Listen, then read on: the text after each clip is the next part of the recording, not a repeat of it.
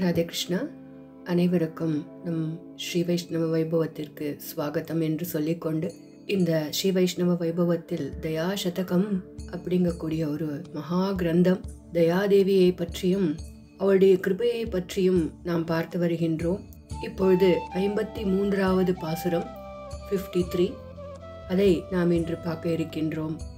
வாருங்கள், நாம் அனைவரும் திருமலை சென்று தயாதேவியை கண்டு மகிழ்ந்து எம்பெருமானின் கிருபைக்கு பாத்திரமாவோம். நாம் அனைவருக்கும் எப்பொழுதும் ஒரு கவலை உண்டு. அது எப்படி பகவானை அடைவது, நான் எப்படி போய் அவனிடம் சேருவது, என்னுடைய ஆரம்பம் எங்கே, முடிவு எங்கே என்று நமக்கு தோன்றும். ஆனால் நமக்கு இங்கு சுலபமான வழியை காட்டிக் கொடுக்கக்கூடிய ஆச்சாரியராக, கருணையே வடிவம் கொண்டவளாக தயாதேவி திருமலையில் எம்பெருமானின் அங்கம் முழுவதும் வசிக்கின்றாள் என்பதில் சிறிதும் சந்தேகம் இல்லை. அபிகருணே ஜனஸ்ய தருணேந்து விபூஷணதாம் அபிகமலாசனத்வமபி தாம ரிஷாத்ரிபதே தரதமதாவசேன தனுதே நனுதே விததிஹி பரஹிதவஷ்பணா பரிபச்சேளிம கேளிமதி. என்ன இந்த ஆச்சரியமாக இருக்கக்கூடிய பாசுரம் சொல்கின்றது? தயாதேவியானவள் போக முடியாத இடமே இல்லை என்று கூறுகின்றது. ஏன் இப்படி எல்லா இடமும் அலைய வேண்டும்? ஜீவகோட்டிகளை உத்தாரம் செய்ய வேண்டும் அல்லவா? அவள் புரியும் கருணைக்கு ஈடே இல்லை. சேத்தனர்களின் புண்ணியங்களுக்கேற்ப தாரதமியங்கள் எல்லாம் உண்டு. அதற்கு தகுந்தாற்போல் அவனுக்கு அனுகிரகம் செய்ய ஓடி வருகின்றாளாம். ஒருவருக்கும் இது இல்லை என்று இல்லாமல் அவர்கள் கேட்கும் அனைத்தையும் கொடுத்து அனுபவிக்க செய்து திருவேங்கடமுடையான் திருவடிகளே ஆශ්‍රயம் என்று கடைசியில் கொண்டு சேர்க்கக்கூடியவள் அவளே. ஜீவனுக்கு என்ன ஆக வேண்டும் என்பதை யோசித்து அவனுக்கு அணுகிறாள். என்னென்ன கேட்கின்றார்களோ அப்படி என்றால் சிவபெருமானாக ஆக வேண்டும், தேவதைகளாக ஆக வேண்டும், பிரம்மதேவனாக ஆக வேண்டும் என்று ஜீவகோட்டிகளுக்கு பல ஆசைகள் உண்டு. ஆனால் முக்தனாக வேண்டும் என்பது மிகவும் குறைவு. அதனால் அந்த நிலைக்கு ஜீவகோட்டியை அழைத்துச் செல்கின்றார்.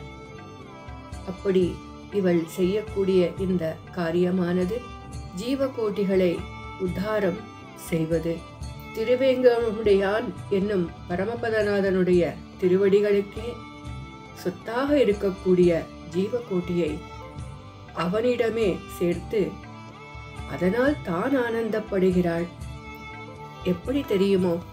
நம் சுவாமி ராமானுஜரை போல நாம் அனைவரும் வருத்தப்படும் போது நமக்கு எப்படி அனுகிரகம் செய்வதற்காக உலகத்தில் வந்தாரோ, என்ன வருத்தப்பட்டோம்? இடுமே இனிய ஸ்வர்க்கத்தில் இன்னும் நரகலிட்டு சுடுமே அவற்றை தொடர்தரு தொல்லை சுழல் பிறப்பில் நடுமே. இனி நம் ராமானுஜன் நம்மை நம் வசத்தே விடுமே சரணமென்றால் மனமே நையல் மேவுதற்கே. இந்த பாசுரம் அனைவரும் கேட்டதுதான்.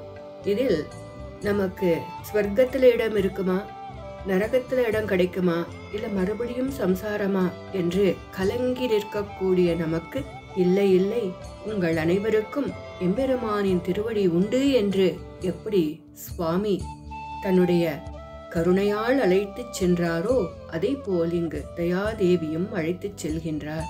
எம்பெருமான் கிருபையை செய்வதே தன்னுடைய குணமாக உடையவன்.